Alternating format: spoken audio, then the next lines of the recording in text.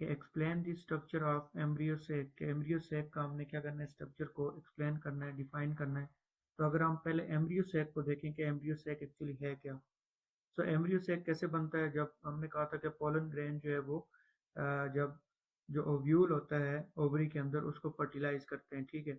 तो female gametophyte को हम क्या कहते हैं, embryo sac. Embryo sac is a actually the female gametophyte is a multicellular structure inside the ovule, और ये ओव्यूल के अंदर बनता है, ठीक है। पोलन ट्यूब से जब पोलन ग्रेन जो है वो आके ओव्यूल को फर्टिलाइज करते हैं तो हमारे पास क्या चीज बनती है, एम्ब्रियो सैक बनता है या फीमेल गेमिटोफाइट बनता है, ठीक है। और ये एक्चुअली किससे बनता है, मेगास्पोर से, यानी जो हमारे पास फीमेल गेमिटोफाइट है या फीमेल जो है वो, अगर हम रिप्रोडक्टिव पार्ट देखें जो जिसको हम मेगास्पोर्स कह रहे थे, तो ये एक्चुअली उससे बनता है। और इसके अंदर 8 न्यूक्लियस होते हैं, ठीक है।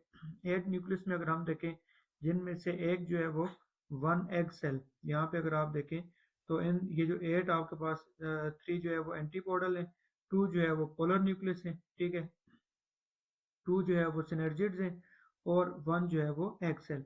यहाँ पे ये आपको डायग्राम के अंदर भी एम्ब्रियो सैक की जो डायग्राम बनी हुई है, इस डायग्राम के अंदर भी आपको जो है वो नजर आ रहा होगा कि 1 जो है वो एक्सेल है और 2 इसमें से क्या है, सिनर्जिड्स हैं, ठीक है, एट 1 एंड, ठीक है।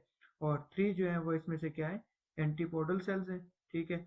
और इसके अलावा 2 जो है वो polar nucleus in the centre, centre के अंदर आपको 2 पोलर न्यूक्लियस भी नजर आ रहे होंगे, ठीक है।